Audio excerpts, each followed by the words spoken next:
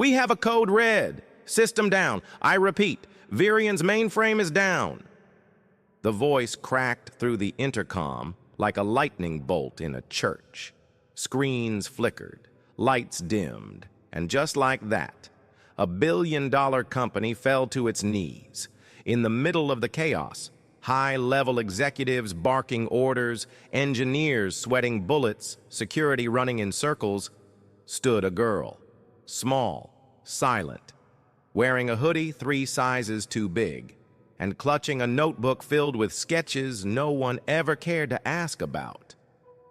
"She's just a janitor's kid," someone scoffed, but the girl didn't flinch. She stepped forward, toward the main terminal, toward the storm. "Can I try something?" she asked, and the entire room went still. One man laughed, another rolled his eyes, but 30 minutes later, that same man would be in handcuffs. Because what she did next shattered egos, exposed betrayal, and rewrote the future of an entire empire. They said she didn't belong, they said she didn't matter. But when the system broke, she became the only one who understood how to fix it. This is the story of Amira Johnson, the girl they tried to ignore, the girl who turned silence into power, and uncovered a truth that would leave even the CEO begging for forgiveness. Stay till the end, because when the walls came crashing down, it wasn't an adult who saved the system.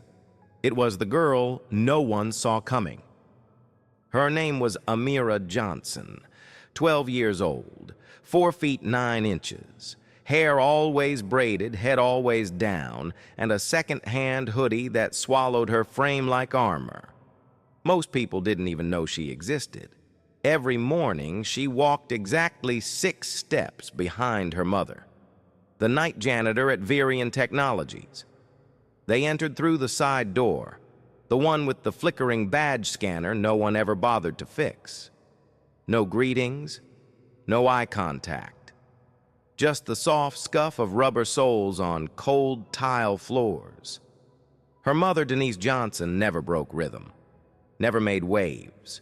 She knew how to clean around powerful men without being seen.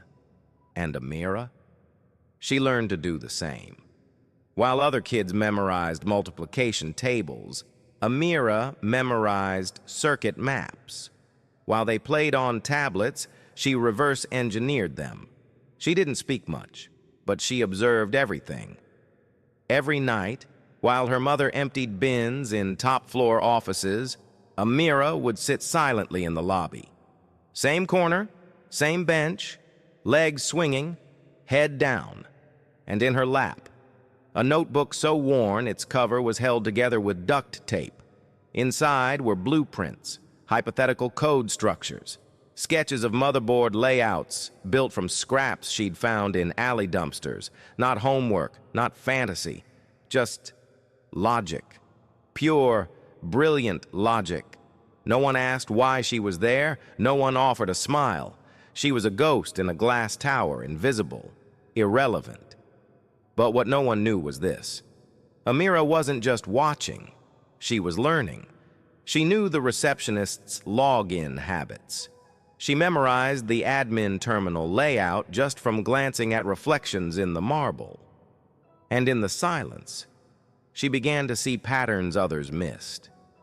Every blink of a screen, every pause in a loading bar, every frustrated sigh of a system admin at 11:43 p.m. She listened to machines like they were speaking a language only she could hear. She had no official access, no computer of her own. But inside her mind, she was building an empire of understanding. Her mother never asked about the notebook. She only said one thing every night, without fail. Keep your head down, baby. The world don't like girls who know too much. But the world didn't realize. Sometimes the quiet ones aren't just listening. They're preparing.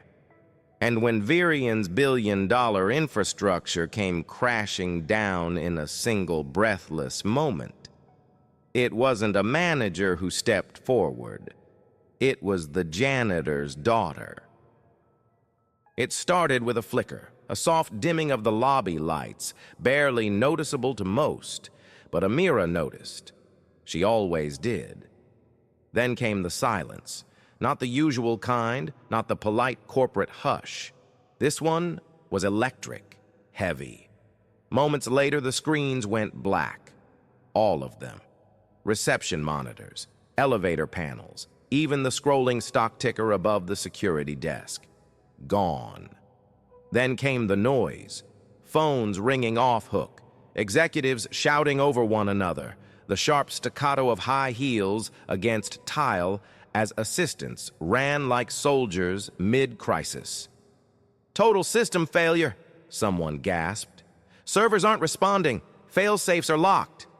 This is a full-blown breach. And Amira, she just sat still, notebook half open, eyes wide, but steady. She didn't need context. She could feel the failure pulsing through the air like static. The company's digital heart had just stopped. And the people who were paid 6 figures to know what to do? They were panicking. Words like kernel injection, DNS override, and root-level corruption echoed through the atrium. But none of them made sense to each other. Everyone spoke tech. No one spoke solution. Amira listened, mapped their chaos, predicted their next useless steps. And then, quietly, she rose from her seat. It wasn't bold.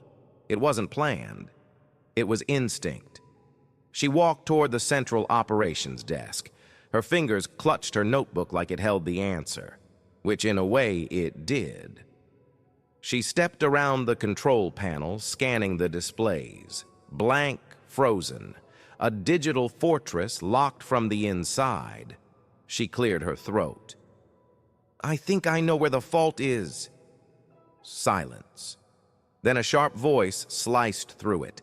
A woman in a navy pantsuit turned, eyes narrowed. "Who the hell are you?" Amira flinched. I'm just..." But before she could finish, the woman barked, "Security!" 2 men in dark suits turned, moved. "She's not supposed to be in here," another executive yelled. "Who let the janitor's kid near the control board?" And there it was. Those 5 words, just the janitor's kid. Loud, cruel, dismissive. It hit harder than she expected.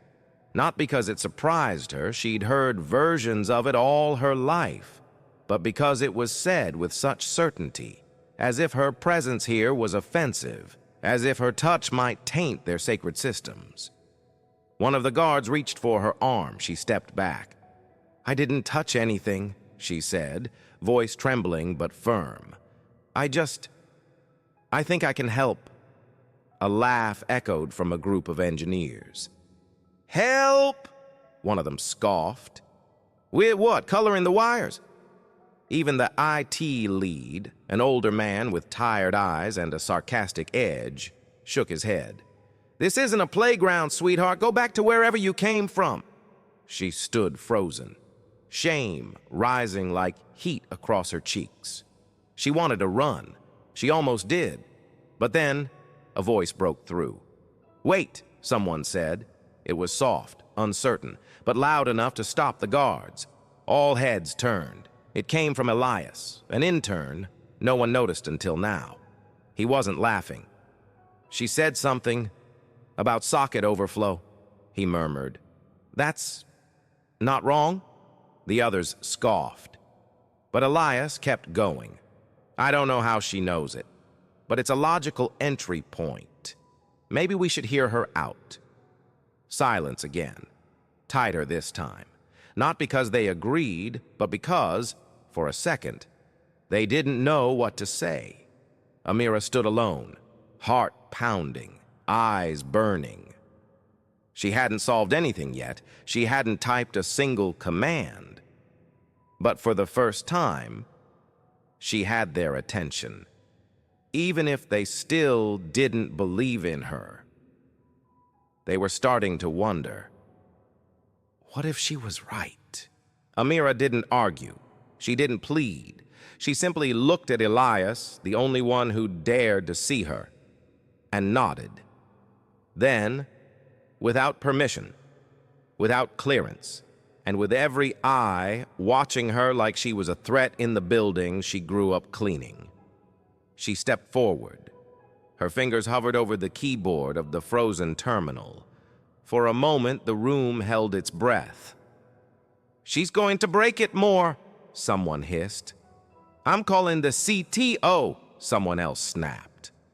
But no one stopped her. Because deep down they had to see. Amira didn't waste time. She toggled a terminal window, bypassed the bloated interface, and typed, not with speed, but with precision. Each keystroke was calm, silent, surgical. She wasn't guessing, she knew where to go.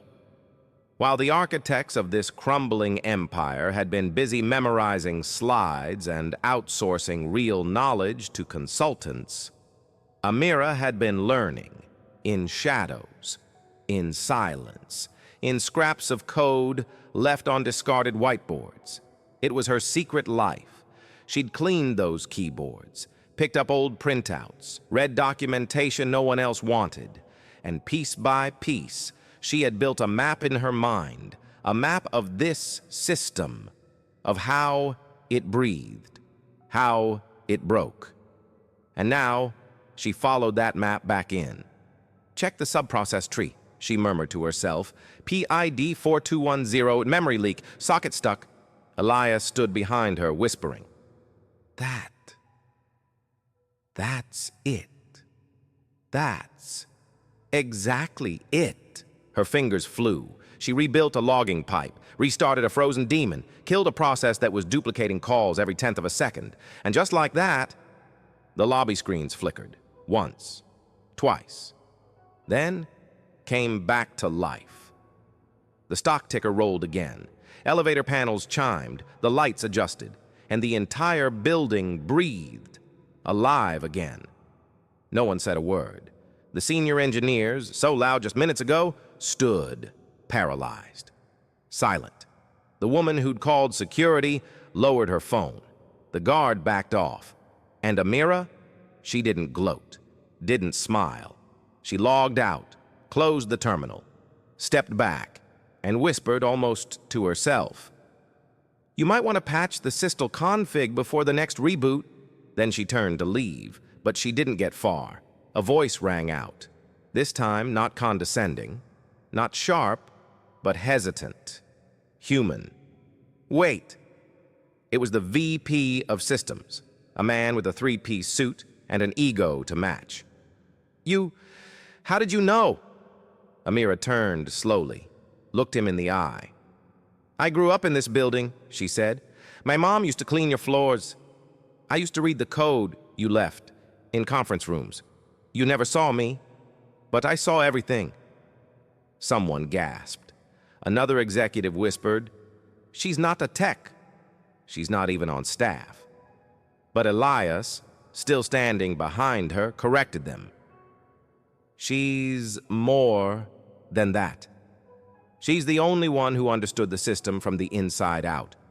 And just like that, the narrative shifted. She was no longer a threat. She was a resource. But Amira wasn't done yet. She looked around the room at the people who had laughed, doubted, dismissed, and said, "You all built a system so complex that even you couldn't control it. And the one person who could, you nearly dragged her out in handcuffs." The silence that followed was different. Not uncertain, not dismissive. It was shame. And in that moment, Amira realized something. Power doesn't always shout. Sometimes it whispers through competence. Sometimes it wears a janitor's badge. And sometimes it looks like her. The room was frozen, not from the systems anymore, but from her words. The daughter of the janitor had just saved the entire building from collapse, while a dozen qualified men stood and panicked. But Amira wasn't finished. She could have walked out a hero, but that's not what she came for. She turned slowly toward the glass wall of the executive conference room. Then she said it. Your systems weren't the only thing broken. The VP narrowed his eyes. Excuse me? You didn't just build a fragile infrastructure, Amira continued, her voice unwavering. You built a fragile culture. And with that, she pulled something from her bag, a thick folder. She tossed it onto the table. Pages spilled out, old emails, printed reports, timestamps, login records, memos from janitorial staff that had been ignored for years. She pointed to one. 4 years ago, your security log showed someone uploading proprietary code to an external drive at 2:14 a.m. My mom, your overnight cleaner, reported it to the day manager. No one followed up. Then another. 2 years ago, a cleaning lady was asked to dispose of shredded documents marked confidential internal audit. She kept a copy. It showed budget manipulation in 3 departments. A soft gasp rippled across the room.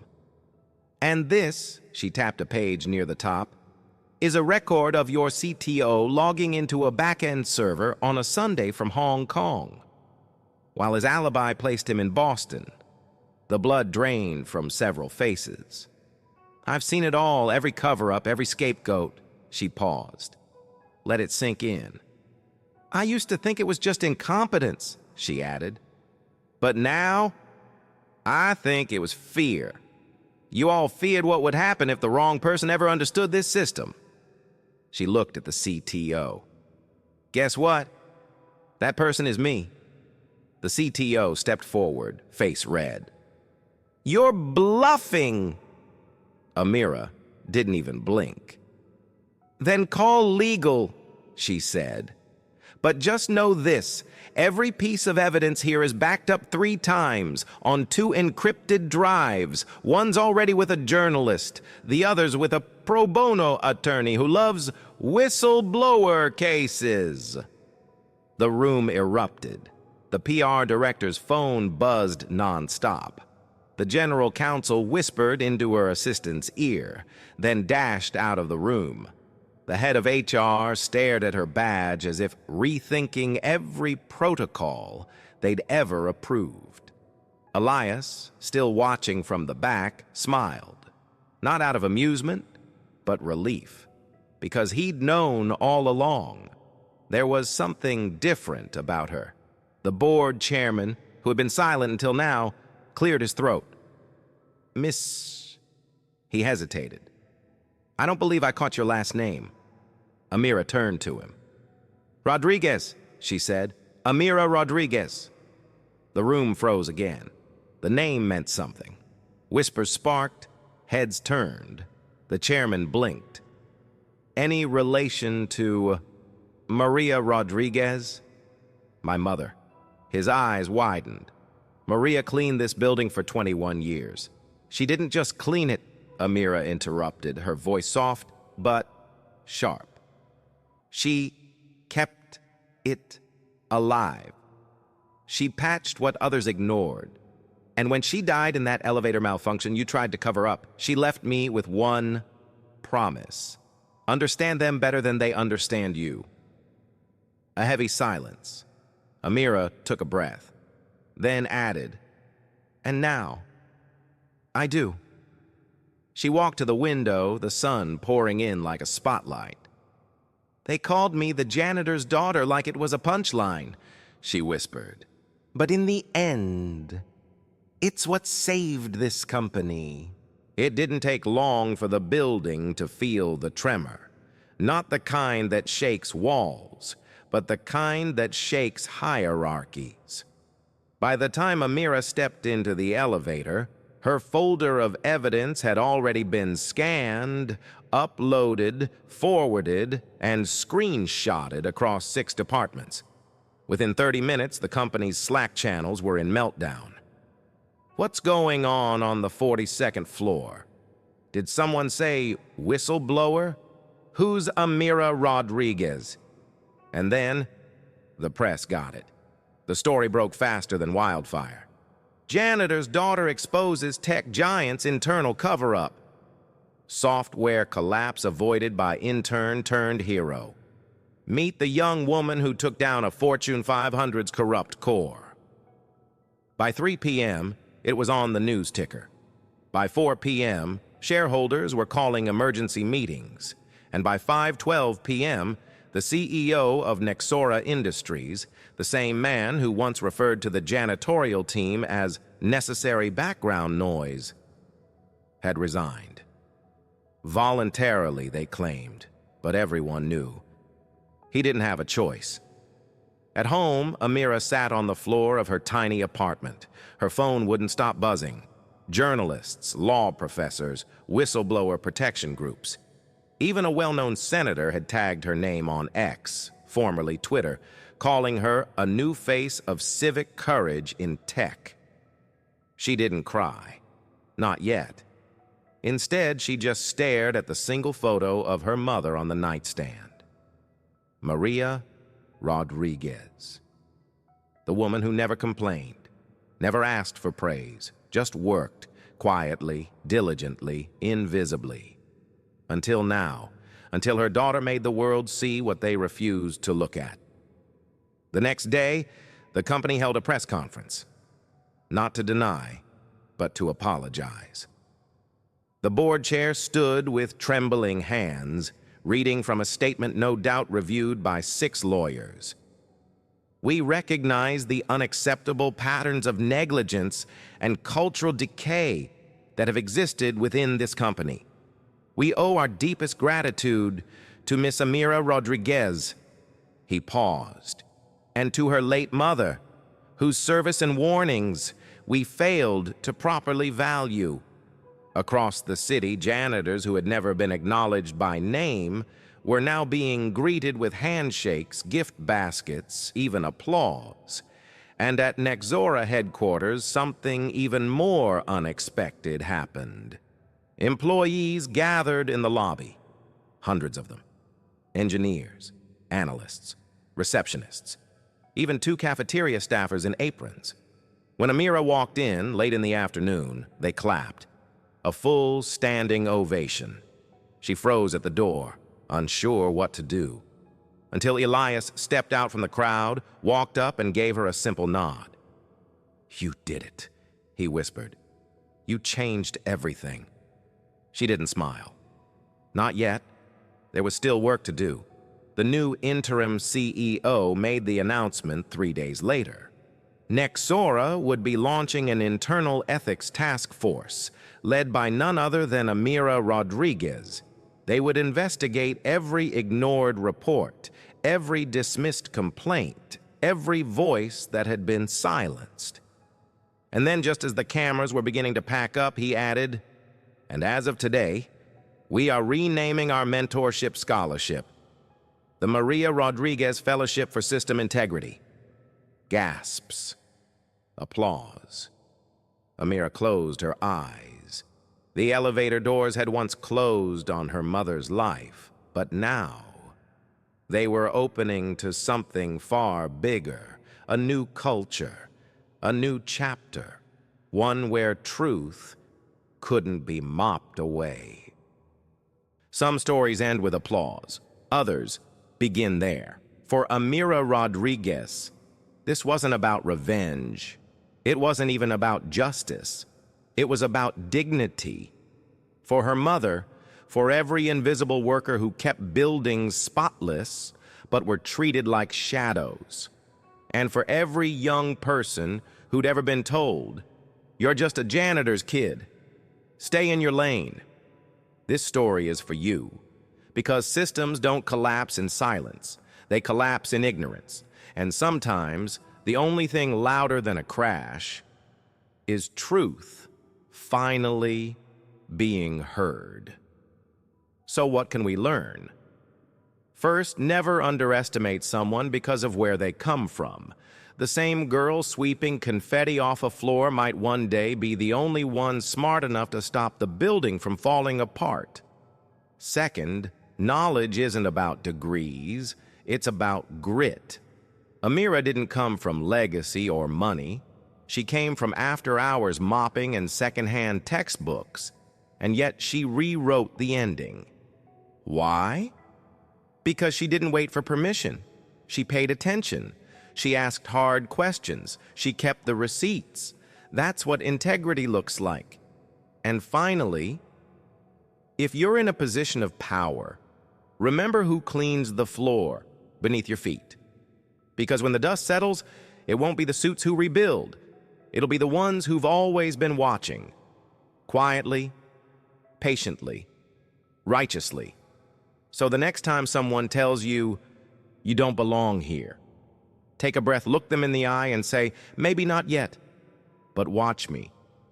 Because sometimes the janitor's daughter doesn't just walk into court. She walks out of it having changed the entire system. Call to action, TTS ready. If this story moved you, share it. Someone out there is standing in Amira's shoes right now, and they need to know they're not alone. And if you've ever been doubted, overlooked, or silenced, drop a flexed bicep emoji in the comments. Let's build a wall of strength, one truth at a time. This is Daily Racism Stories, where every unheard voice gets the mic. We'll see you in the next one.